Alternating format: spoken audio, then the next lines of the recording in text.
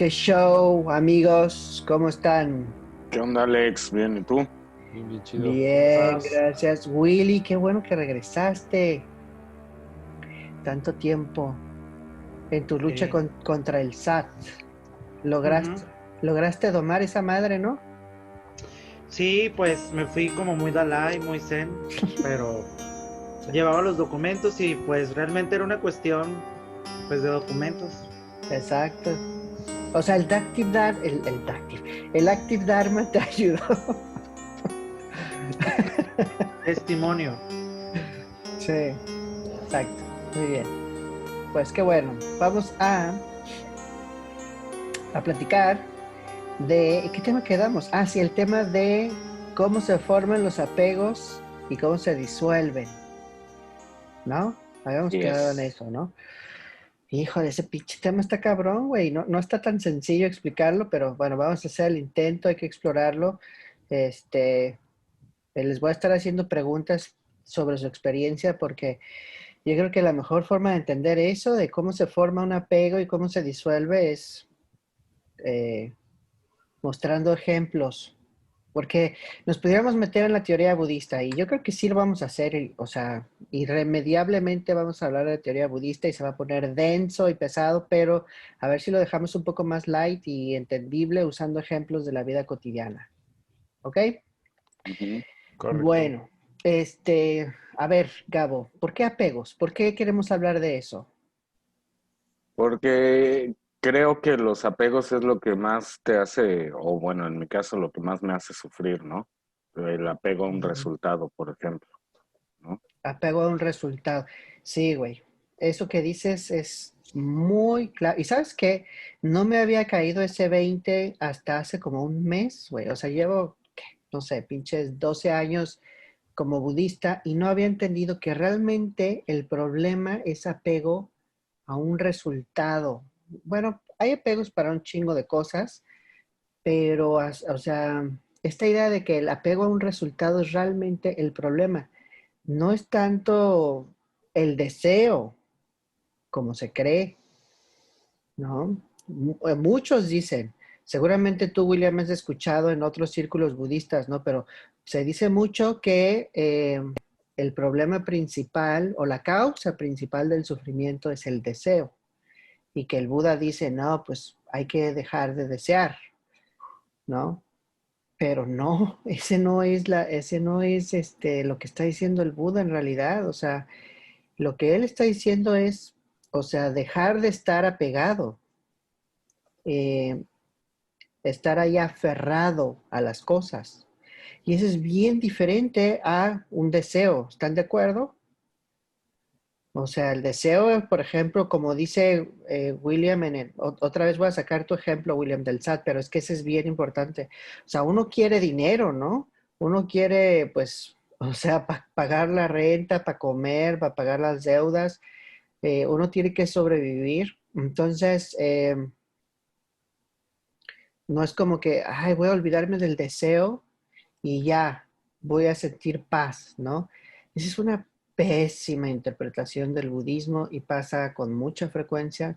No me acuerdo ahorita, pero seguramente yo caí en esa interpretación porque es tan repetida esa idea de que el budismo está en contra del deseo y las pasiones y que una vida libre de sufrimiento es una vida libre de deseo y pasiones, pero no, no, no, realmente el meollo es el apego a un resultado. Entonces, fíjate, si tú vas al SAT y dices, pues quiero conseguir mi trámite, ¿no? O vas a conseguir una licencia, ¿no? A la CETRAVI. Quiero conseguir que me den mi tarjeta de circulación o mi licencia, porque con eso puedo cobrar, puedo manejar, puedo, o sea, continuar mi vida normal, ¿no? Y, y y si te la dan o no, pues bueno, o sea, eso es lo que va a afectar tu deseo. Si te dan tu trámite, si consigues tu trámite ahí en el SAT, entonces dejas de desear, ¿no? querer ir al SAT y resolver eso. Si te dan tu licencia, pues dejas de querer la licencia, porque pues te la dieron. O sea, eso es muy lógico, ¿no? Mm, pero si no te la dan, o sea, sigues queriendo eso hasta que suceda, porque es algo básico.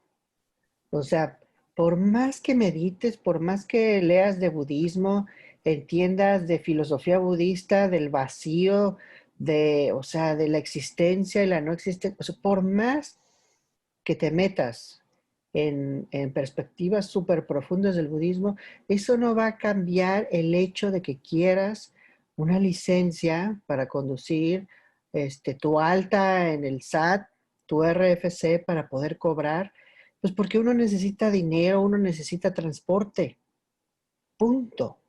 O sea, no hay forma de que el Dharma impida que tú quieras esas cosas, ¿no? Entonces, primero hay que dejar claro, no se trata de estar en contra de los deseos o de estas como intenciones, sino más bien del apego, el apego a un resultado. Entonces, aquí es donde empieza el sufrimiento, porque si tú estás apegado al resultado de que cuando vayas al SAT te van a hacer el trámite, o sea, el resultado es que el trámite fluya perfecto y te den el papel que necesitas o tu RFC o lo que sea, mm, y no pasa, entonces ahí sufres un chingo. Eso es bien diferente. Estar apegado al resultado no es lo mismo que desear algo. ¿Sí entienden esto que digo? ¿Qué diferencia ven ustedes? Porque igual y tienen unas mejores palabras que yo. No, Pues, siento que es muy sutil la línea que los divide, que sí no alcanzo a distinguir en qué momento deja de ser uno para pasar a ser el otro. ¿Alguien sabe más o menos cuál es la diferencia? pues sí, o sea, por ejemplo, un ejemplo claro, ¿no? A lo mejor no con lo del SAT. Por ejemplo, yo varias veces he intentado dejar el cigarro. Ajá. Por ejemplo, a veces cuando no he tenido dinero, porque a veces no te administras o lo que tú quieras, que no he tenido dinero para comprar una caja de cigarros, es como que sientes un infierno, o sea, sientes una ansiedad, sientes una desesperación, sientes ganas de un cigarro y no tienes para comprar una caja, ¿no? Pero, por ejemplo, cuando ahí es aferramiento, sabes que no tienes no hay las condiciones para hacer las cosas, pero aún así estás deseando como loco tener la cosa que quieres. Pero cuando, por ejemplo, sí tienes el dinero, sí puedes comprar las cosas, ¿no? Ahí ya es un deseo normal, ¿no? Pero es un deseo nocivo, pues porque el cigarro no hace bien a tu cuerpo y todo esto, ¿no? En el caso del SAT, por ejemplo, la primera vez que fui, las dos veces que fui, yo iba con la mentalidad de que necesito tener eso ya, ¿no? Quiero las cosas porque quiero que me paguen mi dinero que me deben y porque si no, no voy a tener dinero para comer, lo que sea, ¿no? Uh-huh. Entonces las dos veces me lo negaron, porque evidentemente no tenía todos los papeles, pero yo después de ir al SAT estaba dándole vueltas a la idea, ¿no? Cuando estás merodeando mucho en tu mente es que definitivamente estás aferrado a obtener lo que quieres, ¿no? Pero evidentemente si quieres, el trámite es por un bien, ¿no? No tiene nada de malo querer ser rico, ni querer tener dinero, ni querer tener comida, eso es totalmente sano. Sí, el asunto aquí es cuando está un resultado. Cuando el resultado no pasa, ¿no? En el momento o cuando lo tienes planeado. Entonces, en ese ejemplo, en esa circunstancia, si, si no pasa y tú estás aferrado al resultado, hay un choque muy fuerte con lo que traes en la cabeza de la realidad. Y querer eh, por ejemplo, que te den un trabajo. Mira, vamos a poner ese ejemplo para darle una nueva perspectiva. Quiero un trabajo, ¿no? ¿Por qué quiero un trabajo? Porque quiero sobrevivir en la vida. Vas a una entrevista de trabajo Y si tú estás aferrado a que te contraten y no te contratan, hay mucho sufrimiento. O sea, estás aferrado a un resultado. El resultado es que me contrate. Eso es estar aferrado a un resultado. Querer un trabajo es diferente, porque puede que no estés aferrado al resultado y aún así querer un trabajo.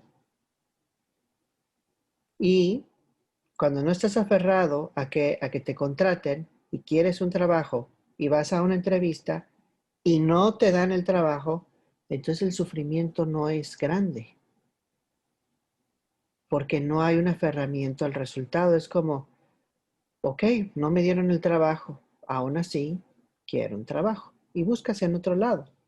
Buscas en otro lado porque pues ya no hay las condiciones ahí para que te contraten. El reclutador no te escogió a ti, escogió a alguien más. Pero entonces, aquí está una diferencia muy clara. El resultado es que te contraten o no te contraten. Si yo me aferro a que me contraten y no pasa, sufro. Pero puedo, y luego por otro lado es querer un trabajo, es independiente al resultado. ¿Ves esa diferencia, Oscar? Y lo O mismo sea, puedes, dime. sí, perdón. El punto sería aquí que dijiste la palabra clave, que en este trabajo no están dadas las condiciones, pero eso no ceja, eso no hace mella en tu deseo. Claro. Las condiciones, entonces, bueno, entonces ahorita regresamos ahorita al asunto de las condiciones. Sí, o sea, buscas otras condiciones. Y sobre todo, pues yo digo que mantengas tu deseo de tener trabajo, porque si dejas ir tu deseo de tener trabajo, luego vas a tener pedos, ¿no? O sea, ¿cómo chingados vas a comer? O sea, eso no se puede ir, ¿no? Y esto lo puedes ver incluso en la historia del Buda. O sea, él cuando fue con maestros y tuvo su primer grupo de practicantes espirituales, o sea, antes de que fuera un Buda, cuando era Siddhartha, pues tenían la idea de que tenías que abandonar todo lo material, ¿no? Para alcanzar la iluminación. Entonces, pues dejaron así de comer eh, cabrón, ¿no? Y solo sobrevivían con agua y unos cuantos arroces, ¿no? O sea, se puso súper flaco Siddhartha, se dejó crecer el pelo, andaba sin ropa, así como con un, una telita ahí, ¿no? Nada más se tapaba y entonces se volvió anoréxico. Esto lo he platicado muchas veces. Ustedes pueden googlear eh, el Buda AZ, se le llama, y van a ver que las imágenes que les dé Google, él aparece, o sea, las estatuas de este Siddhartha que no comía, o sea, salía esquelético, literalmente. Eso lo pueden ver ahí. Hay una parte en la vida de Siddhartha en donde él era súper anoréxico y en esa etapa en la historia, pues estuvo como casi a punto de morir. Mm, Y entonces, si no fuera porque aceptó, creo que un poco de leche de una chica que iba ahí pasando y que le ofreció porque pues estaba viendo que se iba a morir. O sea, si no hubiera aceptado, pues no se iba a iluminar. Entonces, ¿qué quiere decir esto?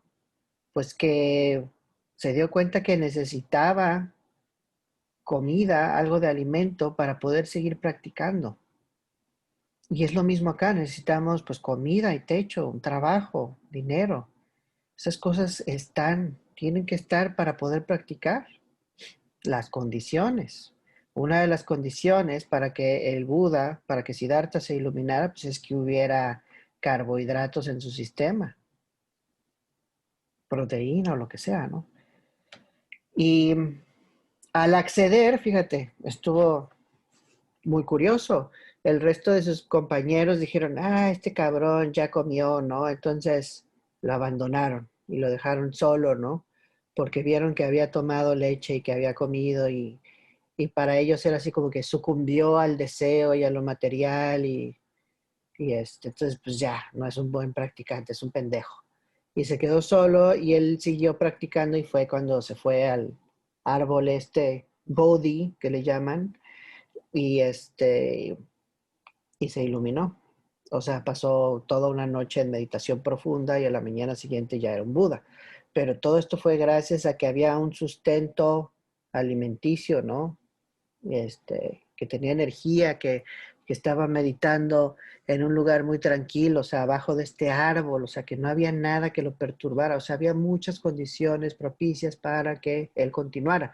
Y lo mismo pasa acá. Nosotros, cuando queremos satisfacer esas necesidades, o sea, tener esas condiciones para que podamos continuar.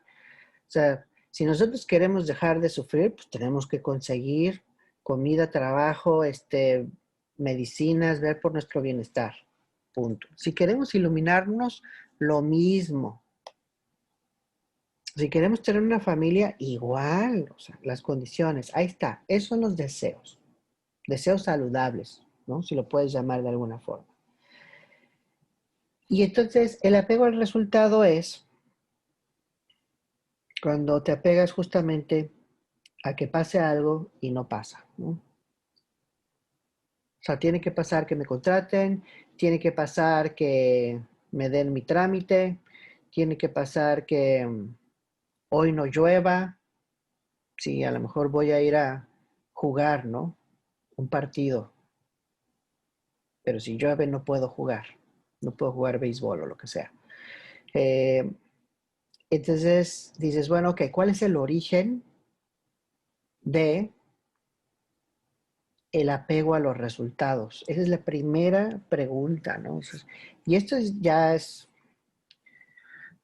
difícil de describir porque por lo general estos apegos están sucediendo ya ahorita mismo sin darnos cuenta. Están sucediendo, o sea, desde antes de que nos demos cuenta. O sea, de hecho, hoy hablé un poco de eso en el post de Active Dharma. Decía que el problema era ontológico, o sea, era algo que estaba desde antes de nacer incluso, desde que estamos en el vientre empezamos a desarrollar apegos a sensaciones agradables, apegos a la conciencia, apegos a la percepción. O sea, estas cosas empiezan a surgir desde que nos conciben. O sea, la conciencia, a pesar de que, o sea, todavía no sabemos hablar y no hemos nacido y no hemos caminado, o sea, ya desde el momento en que somos un ser vivo, o sea, ahí ya empiezan a surgir estas cualidades propias de un ser vivo en las que sientes, ¿no? Sientes sensaciones, hay conciencia de alguna forma. No hay obviamente comunicación todavía, pero sí hay conciencia y cuando hay conciencia y hay sensaciones, cuando hay contacto entre los diferentes sentidos que se van creando, el sentido del tacto, el sentido mental, digo, el del olfato tal vez no esté muy desarrollado, ¿no? Siendo un feto o algo así, pero en los primeros sentidos que se desarrollan y entran en contacto con las sensaciones, con los objetos, desde ese momento surge el apego. O sea, no se puede evitar, no se puede evitar. ¿Por qué? Pues porque no hay ninguna conciencia, ningún feto, ningún ser vivo que se concibe de esta forma.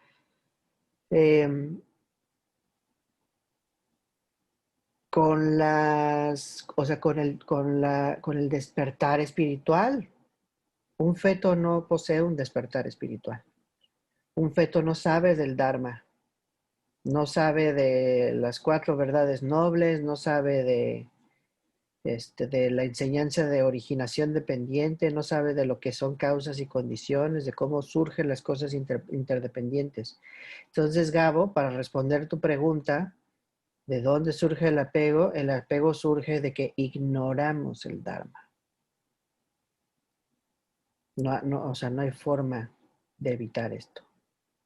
si supiéramos lo que es el Dharma, si supiéramos que las cosas surgen de forma dependiente, si supiéramos que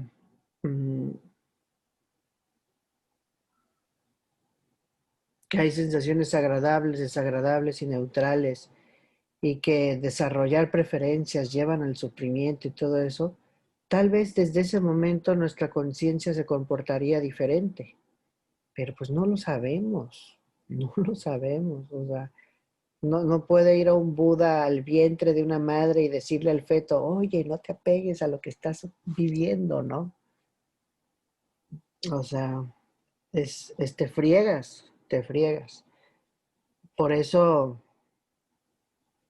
o sea, se dice que cuando te conciben, o sea, en la teoría de la reencarnación, o sea, te encarnas con esta inercia a seguir buscando preferencias por algo, preferencias por lo agradable, por el cobijo, la sensación maternal, la sensación de tener un hogar, ¿no? Y cuando naces, cuando sales del vientre, sigues buscando eso. De hecho, por eso lloran los bebés, porque pues, lo sacan del vientre y ¿cómo se ha de sentir eso?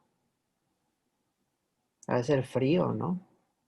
Me imagino, no me acuerdo, pero, o sea, el punto de, y luego si todavía hacen esa práctica de que te agarran y mocos, ¿no? Te pegan para que llores y puedas respirar, pues son sensaciones desagradables y ante eso, ese contacto con sensaciones desagradables, más te apegas a sensaciones agradables. Entonces es un mecanismo más o menos imposible de evitar. ¿Sí me explico, Gabo? Entonces, ese es el origen. Bueno, a grandes rasgos, porque igual y hay otras explicaciones más filosóficas, pero a grandes rasgos la respuesta corta es, pues porque ignoramos cómo es el Dharma. Punto. Ignoramos que hay otra forma de relacionarse con la realidad fenoménica, otra forma de comportarnos. Y justo, la segunda pregunta es, ¿cómo se disuelve el apego? Pues la respuesta corta es que alguien te revele el Dharma, ¿no? Y esta revelación, bueno, si hubiésemos estado en los tiempos del Buda hace 2600 años, pues la revelación llega pues de escuchar sus palabras, ¿no? O sea, si lo hubiéramos conocido al Buda y hubiéramos escuchado sus palabras, el solo hecho de escuchar y entender sus palabras, obviamente, eso empieza ya a romper con el apego interno. De hecho, o sea, se habla de un método de liberación. Hay varios métodos de liberación. Uno de ellos es el de ser, el sendero de los oyentes, se le llama. Entonces, un oyente se refiere a todos estos seguidores del Buda que al escuchar al Buda se liberan de sus apegos. Y entonces, eso es lo que ocurría cuando el Buda hablaba y otros escuchaban. Entonces, la gente se iluminaba en ese momento o empezaba a librarse de apegos internos, de oscurecimientos y de todas estas como ignorancias internas, ¿no? Paranoias o neurosis. Y, y otra forma de liberación, pues pues hoy en día, ¿no? Ya no tenemos al Buda en carne y hueso, pero tenemos su enseñanza. Afortunadamente el Dharma todavía sigue aquí después de todos estos siglos. Justo otra vez en el post de hoy hablo de que una forma de dejar de ser nocivos es exponiéndote a la palabra del Buda. Y la mejor forma de exponerte a la palabra del Buda es leyendo los sutras. Entonces, a lo mejor los lees y dices, bueno, pues qué pedo, ¿no? A lo mejor los lees y pues, cuando lees un sutra es algo chistoso porque el Buda tiende a repetir mucho las cosas.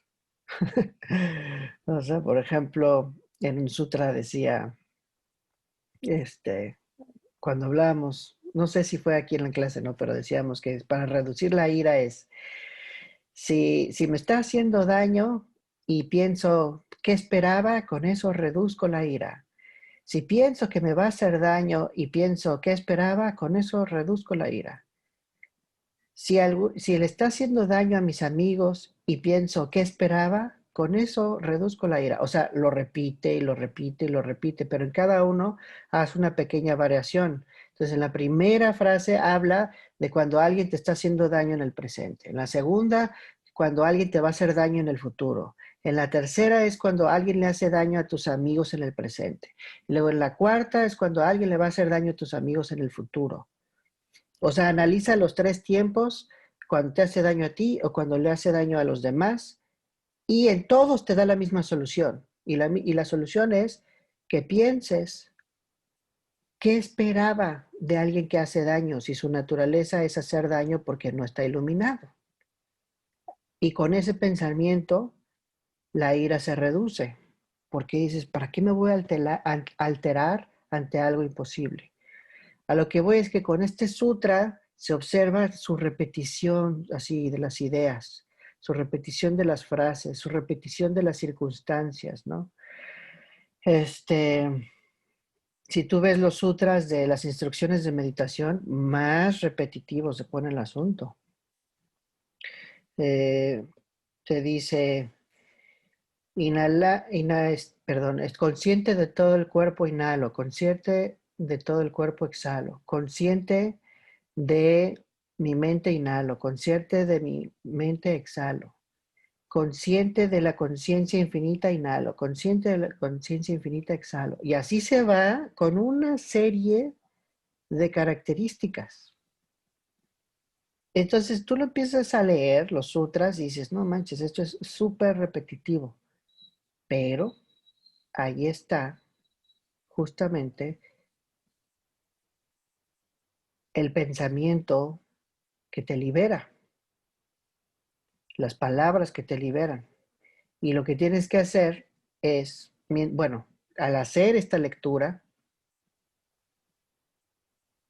varias veces, cuando lees los sutras, esa exposición a esas palabras es lo que empieza a modificar tu forma de percibir, tu forma de ver, tu forma de conocer, tu forma de ser y estar. Eso empieza, o sea, te revela, sobre todo te enseña a ver diferente, Gabo. Te enseña a ver diferente, te enseña a sentir diferente. Específicamente, con todo lo que hemos visto en las clases anteriores. La clase esta de originación dependiente. Es muy diferente decir, yo surjo de forma independiente a decir, yo surjo de forma dependiente. ¿No? Ok, el enunciado es diferente, pero cuando lo ves en carne propia, o sea, ves que surges de forma dependiente, lo ves en carne propia, pues esa madre impide que te apegues. Esa forma de percibir impide que te apegues. No es un asunto de voy a decidir no apegarme. No es un asunto de dame la fórmula para no apegarme y hago la fórmula y no me apego. No, es como más bien entender la perspectiva correcta y ya que la entiendes, cambia algo en tu perspectiva. Tan sencillo como el asunto de doble A. ¿Cómo dejas de sentir culpa, Gabo? Cuando te enseñan en doble A trabajar la culpa. Tú explícame.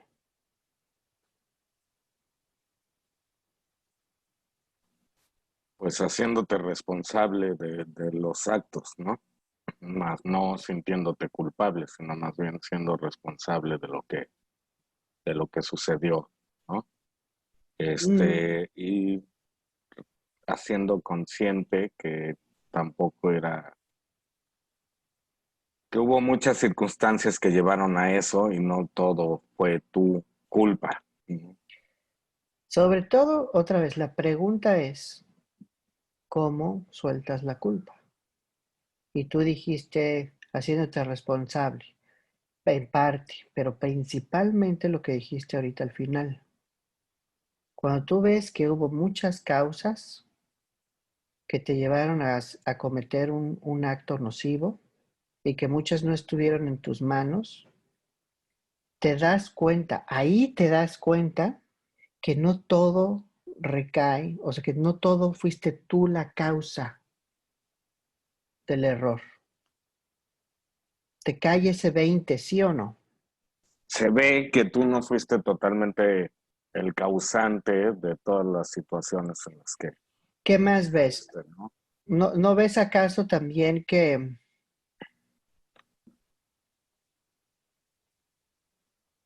tu falla, o sea, hubo cosas que estuvieron fuera de tu control? Sí, claro, Como por ejemplo tu historia con tus padres, ¿no? claro, O cómo fueron tus padres contigo. Eso no estaba en tus manos. ¿Y eso contribuye o no a que uno se vuelva un alcohólico, por ejemplo? claro, claro Claro, que claro. claro que contribuye. Entonces, por lo tanto, ¿cómo puedes culparte por algo que nunca estuvo en tus manos o en tu control? ¿No? Exacto. Esa reflexión, cuando la entiendes bien, cuando te cae bien ese 20, ¿cómo se siente en el cuerpo? Como alivio. Exactamente, exactamente. Dame un segundito, William, ahorita mismo, ahorita regreso a tu pregunta, pero antes de pasar, entender que fueron varias causas y condiciones lo que te llevaron a cometer esos actos impide que te apegues a la idea de que tú eres el causante de ese acto, el único causante. Impide que crees una identidad como la aberración que crees que eres. No, no puede ser una aberración, no puede ser un culero, no puede ser un pendejo que cometió una falla. ¿Por qué? Porque hay muchas causas y condiciones detrás de tus actos. Entonces, para ser un pendejo, ¿no? Que la caga en la vida, pues necesitas ser la única causa de las pendejadas, ¿no? Pero está muy cabrón ser la única causa de algo. Está muy cabrón ser la única causa de algo y sin embargo así actuamos. O sea, nos apegamos a esta idea de que somos la única causa. Y la forma en que nos desapegamos de esta idea es mediante el análisis de las verdaderas causas y condiciones de las cosas. Y en ese análisis, Gabo, cuando haces ese análisis te cae el 20. Y cuando te cae el 20, como bien dices, sientes alivio. Ahora yo te pregunto, ¿ese 20 y ese alivio lo decides? ¿No? No. Entonces, el desapego es algo que te sucede, que te pasa. Esa es la disolución. Así es como se disuelve el apego. Más bien, es un entendimiento. Gracias a este entendimiento, a este 20, la mente automáticamente suelta una idea errónea. Ahora sí, William, perdón. Nada, me pareció muy interesante el tema de la culpa porque es como que un tema que casi no exploro yo personalmente mucho, pero creo que la culpa también es muy saludable porque me ayuda a tener como un parámetro de las cosas que puedo mejorar también, ¿no? Por ejemplo, cuando no vas a trabajar, que dices, no, no voy a ir a trabajar porque no quiero, me siento cansado, lo que sea. Te empiezas a sentir inmediatamente culpable por no ir a trabajar. Y yo creo que en ese caso o en muchos es una culpa muy, muy saludable porque nos ayuda a tener como unos límites sanos en nuestra propia persona para pues tener una mejor acción como individuos, ¿no? Sí, no, porque yo creo que más que sentirte culpable ahí, lo que sientes es miedo, ¿no? Empiezas a sentir miedo de que te vayan a regañar y te vayan a correr y que te quedes sin dinero. En ese ejemplo, específicamente. Sí. O No cuando es, gastas mucho dinero, por ejemplo, también, que sabes ajá, o sea, que tienes que guardar para la renta, para la comida, y te ujú. lo gastas todo en mujeres y en alcohol, ¿no? Y dices, no baches, ¿qué le voy a dar de comer a mis hijos? O, ¿no? O a mis perritos, ¿que les voy a dar de comer? Pero te lo gastaste todo en sexo, drogas y rock and roll. Entonces ahí, pues obviamente te sientes muy Ujú. mal, ¿no? Y a lo que me refiero que ese tipo de sensaciones son muy, muy buenas también si las sabes cachar, doblar, voltear la tortilla, porque sí, realmente te ayudan a dimensionar cómo quieres vivir tu vida, ¿no? Sí, pero yo no creo que eso se llama culpa, William. ¿No creen? No, yo Pues creo yo lo que siento como, bueno, no, cada quien. yo creo que eso se llama más bien o sea, no sé, tiene muchos otros nombres. Por ejemplo, si gastas tu dinero, o sea, de forma irresponsable, si no ahorras y después te va mal porque no tienes dinero, o sea, eso no es culpa, eso es simplemente lidiar con las consecuencias de tus actos. O sea, si no tienes para pagar la renta, si no tienes para pagar la luz o si no tienes para pagar, para comprar comida y pasas hambre, eso no es culpa, eso es simplemente sufrimiento por tus actos. Culpa es, por ejemplo, cuando cometes un error y después dices que o sea, eres lo peor por eso. O sea, es algo excesivo, es más allá.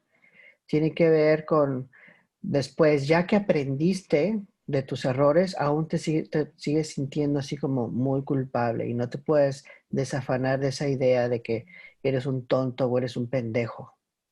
O sea, tiene que ver más bien con una cosa como muy ensimismada, pero el sufrimiento que viene de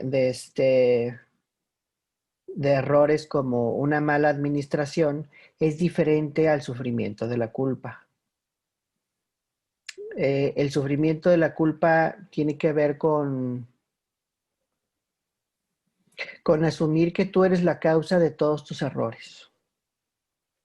Y el sufrimiento de la mala administración del dinero es pues simplemente que no puedas comer porque no tienes dinero.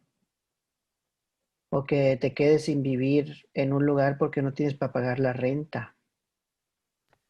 Y que Pues empieces, sí estoy de acuerdo, pero sí y no, porque hay muchos casos, bueno, en mi experiencia ya hemos platicado de estos temas.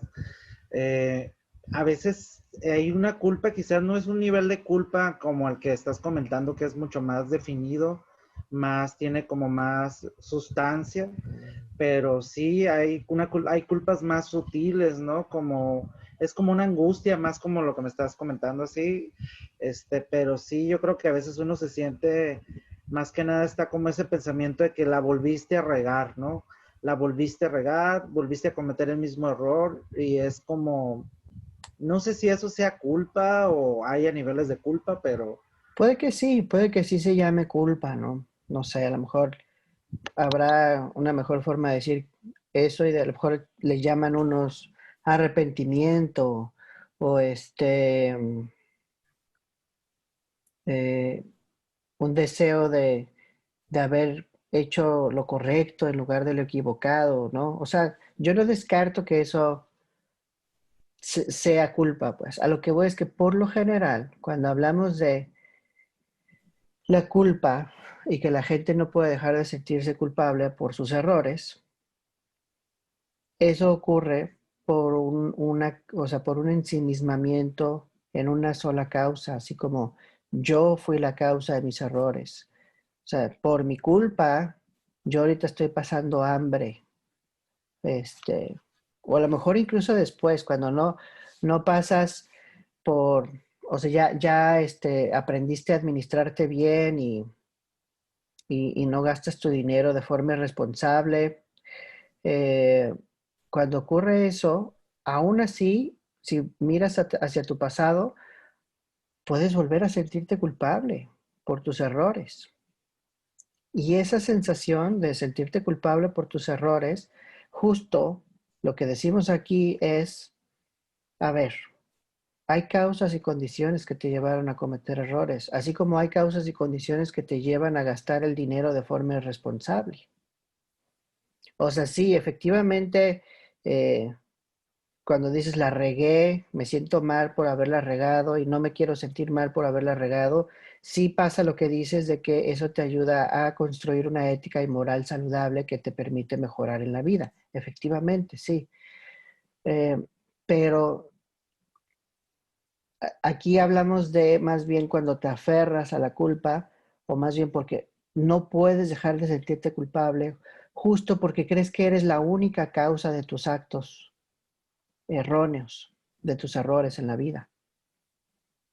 Entonces, el desapego ocurre cuando entiendes que tus errores pasan por una serie de causas y condiciones. Incluso algo así como eh, ser irresponsable con las finanzas. O sea, las adicciones o los condicionamientos a la mala administración de finanzas o este, comportamientos nocivos de ese tipo y que pasan una y otra vez, pues son condicionamientos que fueron causados por otras causas y condiciones, por estructuras que algunas cosas estuvieron en tus manos y otras no estuvieron en tus manos. Lo único que estamos diciendo aquí es, no tiene ningún sentido culparte por todo lo malo que haces. ¿Por qué? Porque hay muchas causas y condiciones detrás de tus errores. Y como dice Gabo, eso no quiere decir que no te hagas responsable. De hecho, esa es la única forma en que puede cambiar el asunto. Dime, Gabo. De hecho, no tiene por qué haber culpa nunca, cabrón, Claro. ¿no? O sea, está bien que haya arrepentimiento y responsabilidad, ¿no? O sea, ok, Ujú, me arrepiento de haber hecho esto, aprendí la lección, cambio el comportamiento nocivo ujú. y trato de remendar o resarcir los daños que haya hecho, ¿no? Sí. Este, yo tengo una frase que a mí me gusta, ¿no? Usar en estos casos, que es, y que la aprendí justamente en AA, ¿no? Que es el resultado de mis acciones es la acción de Dios. Ujú, Entonces ahí estoy soltando totalmente mi apego al resultado. ujú, Sí deseo cierto resultado, obviamente, ¿no? ujú. Pero al final del día, si no se resuelve, ya lo solté, ¿no? Como yo quería. O sea, ya lo solté, que es Claro. la importancia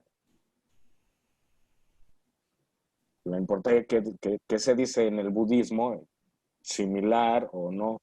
No, pues es completamente similar porque, mm, bueno, el asunto aquí es que no explican qué es lo que quiere Dios.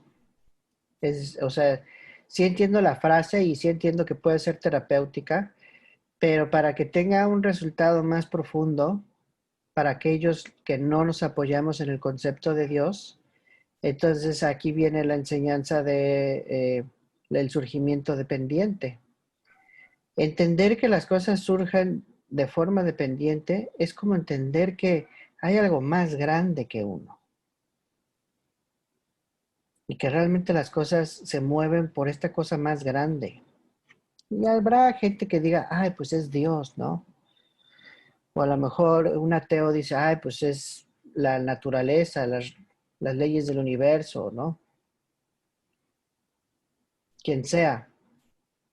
El budismo no crea ningún dios, no crea ningún concepto, ¿no? Simplemente te dice, las cosas surgen de forma dependiente, las cosas cesan de forma dependiente y lo puedes verificar. ¿Cuáles fueron las causas de tu error? Lo verificas y ves que son muchas. Ok, es más grande que yo. Por lo tanto, ¿para qué fregados estoy insistiendo en que yo soy la única causa? Pero además habría entonces que revisar cuál es la noción de culpa que tenemos, porque estamos poniendo esa etiqueta cuando ni siquiera lo que estamos sintiendo es culpa. Exactamente. Sí, habría que checar, no sé, Willy, igual y podemos ver esto, no estoy muy seguro yo de las diferencias entre el término culpa y arrepentimiento, ¿no? Pero creo que lo que tú dices tiene que ver más con arrepentimiento. No sé si hay una diferencia así muy puntual con el concepto de culpa como lo estamos platicando aquí, ¿no? Pero acá culpa es justo esta idea de yo Sí, soy la única causa y soy un pendejo y creas toda una historia a partir de esa idea, ¿no? sí, la culpa como que es más intensa, ¿no? Es Sí, ujú. como más intensa. Sí, es un veneno que no ayuda en nada, además. No, por eso ahorita que me dijiste, la culpa es saludable y es así como, no sé qué concepto tienes tú de culpa, pero por lo menos el que he entendido hasta ahora es, para mí la culpa es un veneno que no ayuda en nada. Lo que ayuda es el arrepentimiento. Por ejemplo, una duda que te... La culpa solamente es algo así como sentirte mal por sentirte mal, por un juicio muy injusto, imparcial, absolutista, perdón. Un juicio muy tajante. Por ejemplo, una duda, no sé, cuando tú dices, por ejemplo, cuando estás en doble A, ¿no? En el caso de la gente que ha estado en doble A, y Ujú, que dices, yo soy Mario y soy alcohólico. ujú. El hecho de decir soy alcohólico, no hay un proceso de arrepentimiento, de culpa detrás, o solo es reconocimiento de una realidad. Es el reconocimiento de una realidad y es como si tú dijeras ahorita, pues soy apegado, ¿no? Soy aneurótico, soy ansioso, o simplemente reconocer tu realidad en ese momento, ¿no? O sea, reconocer la enfermedad, ¿no? Es como cuando le preguntaron al Buda, y tú qué eres? ¿Eres humano? ¿Eres un dios? Y dijo, no, pues soy un Buda. Es reconocer la realidad. Nada más es eso. Y la intención de reconocer la realidad en ese contexto de Alcohólicos Anónimos, es tener presente que hay una enfermedad presente. En nuestro caso, lo que haríamos, o sea, en términos del Dharma me refiero, es, en este momento estoy consciente de que hay personajes nocivos, ¿no? Que encarno. Hay neurosis que controlan mi vida, ¿no? Cuando te enojaste y dices, me emputé con el SAT. ¿Por qué? Porque pienso que son unos pendejos. Cuando dices eso y dices, o sea, y lo reconoces, de verdad, ves las causas y condiciones, te vas a dar cuenta de, o sea, la realidad es que eres ignorante, que eres ciego, ¿no? Eso sería como decir soy Alex y soy alcohólico. En la cuestión del SAT, es decir, soy William y soy ignorante. Soy William y soy interdependiente. Pues si estuvieras despierto, tal vez te la creo. No sé si fueras un Buda, ¿no? O sea, claro que lo podemos decir, porque esa es la teoría, ¿no? Pero bueno, la realidad ahorita es que no nos consideramos interdependientes. Más bien, la realidad ahorita es, somos ignorantes. Nos falta mucho. Nos falta mucho por ver. Y mientras uno sea ignorante, pues uno se va a pegar. Punto, ¿no? Regresando otra vez, ¿cuál es la causa de los apegos? La ignorancia. La ignorancia es la causa de un apego. Oye, Ignorar que cómo una surgen pregunta. las cosas. El tema del placer, del apego al placer, creo que es súper, súper importante como para, no sé si para tocarlo en otra ocasión, podría ser como, estaría Ujú, padre. Este, porque normalmente queremos que las cosas se hagan como queremos, ¿no? Queremos, no queremos sensaciones desagradables, queremos como que todo esté bien padre, todo esté en orden, todo esté controlado, que te el SAT te dé el trámite cuando llegues, te sonría la chica del escritorio, que te den un vasito de agua cuando llegues. O sea, quieres que todo esté muy bien, que ujú. el camión llegue a tiempo, que el depósito bancario llegue al momento que tú lo estás esperando. Entonces, normalmente estamos como, en mi caso al menos, ¿no? Está como que queremos mucho esa sensación de confort, ¿no? De que no pase nada malo, ¿no? Mira, sí es un tema, yo creo que no nada más para otra sesión, sino para 1000 sesiones más, porque ese es, o sea, es el meollo del budismo. O sea, si la gente pudiera entender por qué nos apegamos a lo placentero y supiera cómo dejar de ser apegados a lo placentero, no mames, o sea, la libertad que tendríamos y la cantidad de budas que hubiera allá afuera en la calle. Pero entenderlo no es nada, nada, nada sencillo. Lo más que te puedo adelantar ahorita es decir, es que un apego a lo placentero se da por condicionamientos. Existe toda una enseñanza. Detrás del apego existe el contacto a las sensaciones. Detrás de las sensaciones existe la conciencia. Detrás de la conciencia existe eh, la voluntad, los actos de voluntad. Y detrás de los actos de voluntad existe la ignorancia, otra vez. O sea, todo eso está condicionado por la ignorancia. Podemos hablar horas sobre este tema, no nos da tiempo en esta sesión, pero lo que condiciona el apego al placer es la ignorancia. Es el hecho de asumirnos una conciencia independiente. Está todo súper condicionado. O sea, no hay forma de detenerlo. Te chingas, va a pasar. Digo, la forma de detenerlo es conociendo el Dharma y practicándolo. Pero si no, no hay poder humano. Pero bueno, sí vamos a tocar ese tema más a fondo. El condicionamiento detrás del apego al placer. Sobre todo, cómo surge esta idea de la conciencia independiente. Para eso hay que meditar mucho, porque si no vamos a estar, o sea, vamos a estar aquí hablando de algo que no tenemos bien claro en carne propia. Entonces, ¿a qué me refiero? Me refiero a que hay que practicar y meditar muchísimo para ver cómo funciona o qué es esto que se llama voluntad, dónde está la ceguera, dónde está esta idea de ignorancia de la que hablan los budistas, ¿no? O el Buda, ¿no? Hay que meditar un chingo, hay que meditar mucho para ver la ceguera. ¿Y qué significa dejar de estar ciego en meditación? Ese tema pues está padre, ¿no? Pero ¿de qué sirve hablar de ello sin práctica? Y ya. Muy bien, pues seguimos la siguiente. No, bueno, la siguiente es práctica. Cállale a la práctica, Willy, a ver si puedes. Sí, muchas gracias. No, ¿de qué? Ahora sí me quedé medio volado. Sí, está medio denso ese tema. Pero ahí le Está vamos a entrar. complicado. Pero hay que empezar a darle. Claro. Bueno, pues muchas gracias, amigos. Ahí se ven. Gracias a ti, Cuídense. Alex. Se ven, Gracias. muchachos. Cuídense. Bye. Eh,